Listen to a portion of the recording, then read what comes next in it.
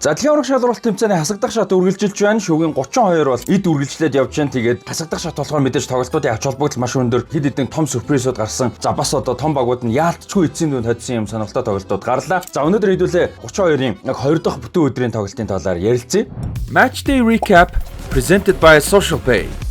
За Кодива Норвег бол маш хүлээлт өндөртэй сонирхолтой тоглолт бол байсан. За энэ тоглолтын дээр гол хожлын голыг Эрлинг Хааланд 86 дахь минутанд оруулснаар бол хожлыг авсан. За энэ тоглолтын өмнө маш сонирхолтой яригдчихсэн нэг зүйл нь бол одоо Ян Йоманд байсан тийм. Ливерпул, Paris Saint-Germain гэсэн клубүүд 100 орчим саяар бол авах талаар яригдж байна гэдэг мэдээлэлтэй байсан. Боловч энэ тоглолтын дээр Ян Йомандатэй нэг багт тоглолтог нөгөө жигүүртэн тоглолтог Норвегийн зүүн жигүүрийн давтлагч Антонио Нуса гахалтай тоглолтог үзүүлж бол одоо тоглолтын тэнцээний голыг оруулаад за сүүлд нь тэгээд Эрлинг Хааланд бол хожлын голыг оруулсан. Антонио Нуса уучлаарай тоглолтын эхний голыг оруулсан шүү. Эрлинг Хааланд гол оруулснаар энэ жилийн дэлхийн аваргаар бол анхны дэлхийн аваргад оролцоод аль хэдийн 5 голтой болцоод байна. Дөнгөж 3 дахь тоглолтонд шүү те. Эхний 2 тоглолтонд оролцоод 3 дахь тоглолтод Хааланд ороогүй Франц эсрэг. Тэгээд 5 голтой явж байна 3 тоглолтод. Тэгээд Норвегийн хувьд бол одоо дараагийн шатанд шалгарлаа. За Францын хувьд бол одоо Шведийг 3-1 харьцаатай болгож авсан энэ тоглолтод Франц бол үнэхээр аимшигтай. Илүү байна. Яаж харин 3-аас илүү олон гол хийчээгүй. За тэгээд энэ Олисе, Мбаппе, Дембеле, Баркола энэ дөрвөн ойлголцол гүйцэтгэл үнэхээр гахалтай. Тэгээ сэлгэнээс Райан Черки, Дезире Дүвэ орж ирж байгаа. За тэгээ Матета бас орж ирсэн. Тэгээ энэ бүрэлдэхүүн үнэхээр гахалтай. Гол нь зүгээр цаасан дээр бүрэлдэхүүн гахалтай басаа гадна гой тоглож чадчихна. Дидье Дешамын үр дүн авдаг ч гэсэн шүүмж нь юу эсээр ирсэн бэ гэхээр нягт тоглодог.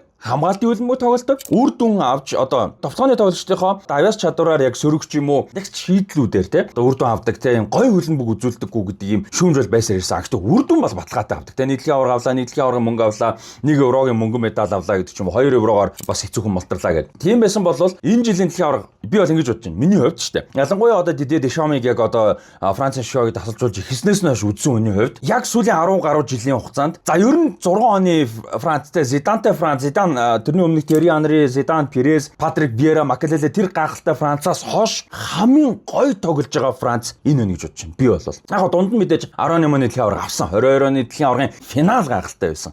Гэхдээ 18 оны дэлхийн аваргын Аргентин Францын тоглолт жишээ нь гоё байсан. Гэхдээ нэлэнхэд нь авч үзэх юм бол энэ жилийн энэ Франц хамгийн гоё тоглолтыг үзүүлж байна. Үнэхээр гахалтай, хамгийн ойлголцолтой юм супер байна. Хамгаалт жоохон барьцгүй байгаа ч гэсэн урдаа бол үнэхээр супер байна. Тэгээд хасагдах шатныг удахгүй бас тусдаа матч дээр рекапын тэрэн дээр одоо цаашаа яаж явах уу гэдэг маш сонирхолтой энэ том багтай таарвал Герман яж малтарчлаа те. Францын хувьд бол одоо байгаа зам дээр бол үнэхээр супер тоглож байна. Мбаппе мим байсан шүү дээ. Нөгөө Мессигийн 8 балан доороо тавьсан зураг байгаа. Тэгмүүдээ тэнцэнээс яасан гэдгсэн чинь Мбаппе хэрвээ зөвхөн дэлхийн аваргад тоглодог бол гэд Мессигийн 8 Мбаппетэй биш 8 Мбаппе 8 балан доортой. Гэхдээ энэ дэлхийн аварга гэхээр энэ Мбаппе чи ямар газар тоглолт юм бэ те. Сая яаж байгаа Реал Мадридад 2 үйлрэл өөрөө супер байсан мөртлөө баг нь 2 үйлрэл ерөөсө болоогүй. Одоо Мбаппе шүүмжинд өртөөд Реал шүүмжинд өртөөд ингээд юм бадантай байсан шүү дээ. Гэхдээ энэ дэр бол одоо тоглогчдын орчин эргэн тойрон тактик юм нь бүрдэх юм бол Мбаппе ямар галзуу байж болдог. Тэгээд зөвхөн өөрөө гол оруулгаш үр дүн тал дээр ямар мундаг байж болдог гэдгийг харуулж байгаа. Дээрэс нь Луис Энрике гэдэг ч юм уу, Дидье Дешам, Винсент Компани те энэ дасгалжуулагчдын үр дүн маш их байна. Юу гэхээр Олисег ийм амар хэмжээнд тоглох одоо шат тахих маш том нөлөө түлхцийг бол Винсент Компани үзүүлсэн. Усман Дембеле бол угаасаа л авьяастай хөвгтэйсэн. Үнэхээр гахалтай төрцөн авьяас Ренес гарч ирээд тэгээд юунд очсон шүү дээ. Дортмунд тэгээ Барса тийм. Тэгээ гэмт хүртлийн асуудал байсан, сахилга батын асуудал байсан, сэтгэл зүйн асуудал байсан. За энэ ч мэдээж ганц юм бүгдээрингийн энэ олон зүйлийг бүгдээрингийн ганцхан Луис Энрике шийдэг нь ойлгомжтой зүгээр. Гэхдээ Энрике маш том тусалсан байна. Тэгээд Дембеле бүр шал өөр хэмжээнд тоглож чаддаг тоглогч гэдгийг харуулж чадж байна одоо. Сүүлийн 2 уралрал аваргууд дэлхийг төрүүлэхэд тэрийг харууллаа. Тэгээд одоо дэлхийн хэмжээнд харуулж байна. Энэс илүү яах вэ те. Тэгээ одоо энэ жилийн дэлхийн аварга мэдээж яг хэн дэлхийн аварга болох финал шүгэн дөрөвт үлдэх гэдгээс хамаарат бас балан доор мэдээж нөлөөлнө. Гэхдээ энэ жилийн балан доор дээр бол одоо фаворит хүмүүс миний бодлоор бол Harry Kane, Dembele, Olise энэ өөр арга байхгүй. Mbappe, Olise, Dembele 3 гэсэн энэ дөрвөн тоглогч бол бүр эргэлзээгүй эхний хэд явж ийн гэж бодож байна. Harry Kane дэлхийн аваргын дундуур 70 голын босгыг давлаа. Сая ингээд Конго дээр 2 гол хийгээд 72 гол хийчих шиг боллоо. Клуб шиг огтой нийлээд те. Хөлбөмбөгийн түүхэнд нэг үйлрэл 21 дугаар зуунд шүү ямар ч тэрнээс өмнөхийг орохгүй санагдаж байна. 21 дугаар зуунд топ 5 лиг тоглож байгаа тоглогчид клуб шигшээдээ нэг үйлрэлд хамгийн их олон гол оруулсан одоо Лионел Мессигийн амжилтны ард явж байна. Одоо Криштиано Роналдогийн бүх цагийн амжилтыг хүртэл эвдсэн явж байна. Harry Kane-ийн энэ үйлрэл. Тэгэхээр одоо Kane ямар амар байгаа нь харагдаж байна те. Бас одоо энэ үйлрэл ийм супер тоглогч байна. Лионел Мессиг балан доор дээр зарим нь ярьж байгаа. MLS үнэхээр супер багтай MLS-ийн чанар бол муу. Чанар муу дундаа гэхдээ Месси галзуу байсан. За энэ жилийн дэлхийн аваргаар бол үнэхээр супер байна. Гэхдээ Аргентин чинь төрүүлчихэд Месси явахад бас гайхааргүй. Үнэхээр дэлхийн аварга бол дэлхийн аварга. Тэмцээндээ сайн байсан байсан уу сайн. Гэхдээ MLS бас нэг тийм бол мэдээж болж таарна яг фаворит гэхэд бас хэцүү. Гэхдээ за та биш юмагт 10-т бол эргэлзээгүй яригдахаар энэ дэлхийн аврагт ингэж тоглож байгаа даа гэж. Хөл бөмбөгийн дэлхийн аврагын тоглолтын үр дүнг хэн сайн таах вэ? Та Social Pay аппликейшний нэмэлцээр орж тааварт оролцоод дараах шагналын эзэн болох боломжтой. 1-р шатны ялагч 1 сая төгрөгийн худалдан авалтын эрх, 2-р шатны 3 супер ялагч PlayStation 5, ширээний хөл бөмбөг болон албан ёсны jersey, хөл бөмбөгийн бөмбөг тус хожно. Үүнээс гадна та гэр бүл, найз нөхөд, ажлын хамт олноороо өөрсдийн лигийг үүсгэж хэн нь хамгийн сайн дэлхийн аврагын тоглолтын үр дүнг таахаа тодруулаарай. Social Pay. За тэгээд Франц эргэлзээгүй номер 1 фаворитууд гэдгээ бүр удаа дараалан харуулж бүх тоглолтондоо одоо олон гоолыг оруулж баг бүгдээр нь 2-оос илүү гол оруулж. 3-аас илүү гол. Йоо бүгдэнд нь 3-аас илүү гол. Тэгээ Сенегалыг 3-1, Иракийг 3-1, Норвегийг 4-1, Шведийг 3-1 гээд бүгдийг нь одоо буулгаж авлаа. Францууд бол үнэхээр гайхалтай. Яг мэдээж одоо юу гэдэг классик том гэдэг багтаа тоглоогүй боловч зөрүүлээд нөгөө классик томууд нь юу болж гин гэдгийг бас одоо харж штэ тэ энэ Германаас нэг жишээ авах тэ ганцхан Герман гэхгүй. Тэгээ одоо юу гэдэг Япон, тэнцээ Бразилтай маш сайн гэдэг. Одоо Нидерланд, Мароккогоос бол угаасаа гүйцэхгүй гэдгийг харууллаа гэдэг ч юм уу. Конго сая одоо юутай болоод Англид үнэхээр гахалтай тоглолтыг үзүүллээ шүү дээ. Тэгэхээр ер нь бол зөвхөн классик том гэдэг талаас нь харж болохгүй маа. За ялангуяа Өмнөд Америк хөлбөмбөг бол одоо бас болохгүй маа гэдгийг харуулж ийн гэж бас бодоод байна. За нөгөө тоглолт бол Мексик Эквадороос Мехико. За Мексик Эквадор бол үнэхээр гой тоглолтсон. Мексикийн шгшогийн хувьд бол энэ жилийн аврагын тоглолтуудаа мэдээж бүгдээринг нь талбайтай хийж байгаа. Бүгдээринг нь би андуураагүй бол Астека цэнгэлттэй хийж байгаа.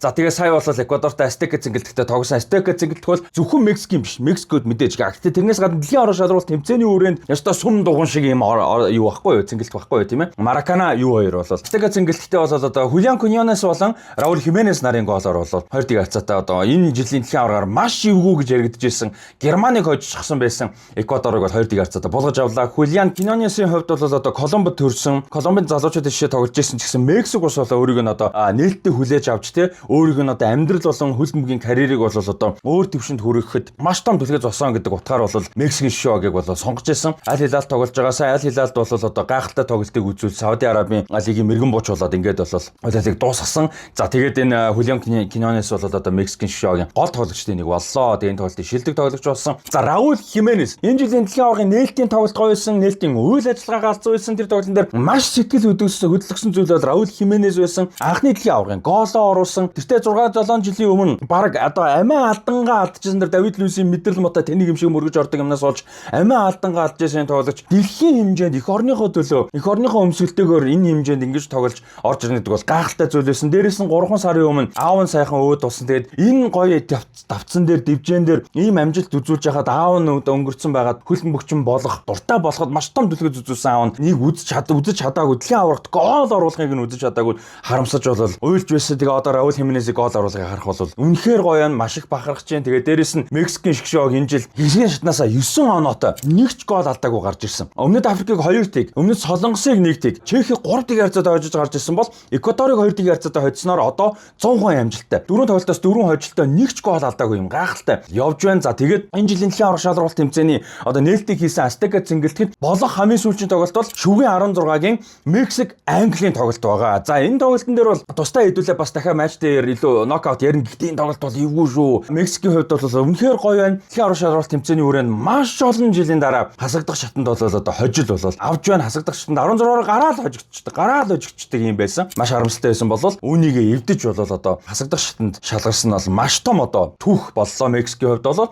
одоо хард цувралаа зогсоосон юм амжилт боллоо. За дээрээс нь Хилберто Мора тоглогчийг бол анхаарал авах хэрэгтэй. Би Шоу Бонито шоу подкастаар өмнө нь ярьж байсан. Матч дээр рекапаар бас товчхон дурдчихсан санагдаж байна. Бас дээрээс нь 48-48 түүх контентоор бас ярьж байсан. Хилберто Морагийн хувьд үнэхээр авьяастай. Маш гоё мэдрэмжтэй. Ийм гоё тоглогч бол байгаа. Сая энэ тоглолтод бол одоо хасагдах шатанд гараанд гарч тоглолоо. Дэлхийн аврах шалралт тэмцээний түүхэнд хасагдах шатанд гараанд гарч тоглосон залуугаараа доороосоо 2-т орох ийм тоглогч болж байгаа. Хилберто Морагаас илүү залуудаа дэлхийн аврагын хасагдах шатанд тоглосон цорын ганц тоглогч бол агуу гэлээ. Тэгэхээр одоо хасагдах шатанд гараанд гарч тоглоно гэдэг бол ямар ховор ямар одоо боломжгүй зүйл вэ гэдгийг энэгээр бас харж бол болно. За тэгээд Хилберто Моро бол одоо төвийн хагасын баруун гэсэн хэсэгдэр бол тогсон. Мойзес Кайседо гихмэд одоо супер тоглогчтой бол одоо эргэлзээгүй тулалдаж гайхалтай тоглолтыг бол үзүүлсэн 2 боломжийг гаргасан. 5 дүвэл тулгайхаа 4-т нь яасан. 88% амжилттай дамжуулт өгсөн. Алсын дамжуулт нь 100% оновчтой байсан. 2 алдаа багтаа авчирсан. Нэг ч удаа бөмбөгөө алдаагүй гэдэг ингээд ийм гайхалтай тоглолтыг бол Хилберто Моро үзүүллээ. Тэгээ Хилберто Морог мундаг тоглож байгааг харахад бол гайхалтай байна. Нэг хүн бүр комент итсэн байлээ. Ерөөсөө Иньестагийн сүнс ороод ирсэн юм шиг тоглож штэ Хилберто Моро ч гэж комент бол битсэн байлээ. Тэгээд үнэхээр Ихванад тоглолтыг ийм 2008 оны 10 сар төрсөн одоо амар 18-наас хүрэх ийм авьяаслаг тоглогч бол бас мундаг тоглолтыг үзүүлсэнд баяртай байна. За тэгээд дараагийн тоглолтод бол Мексик Англи шогийн эсрэг тоглоно. За ингээд матч дээр recap-тай хамтаасан бүгдээр нь баярлалаа. Ерөнхийдөө тэр Social Pay хамт олондоо баярлалаа. Social Pay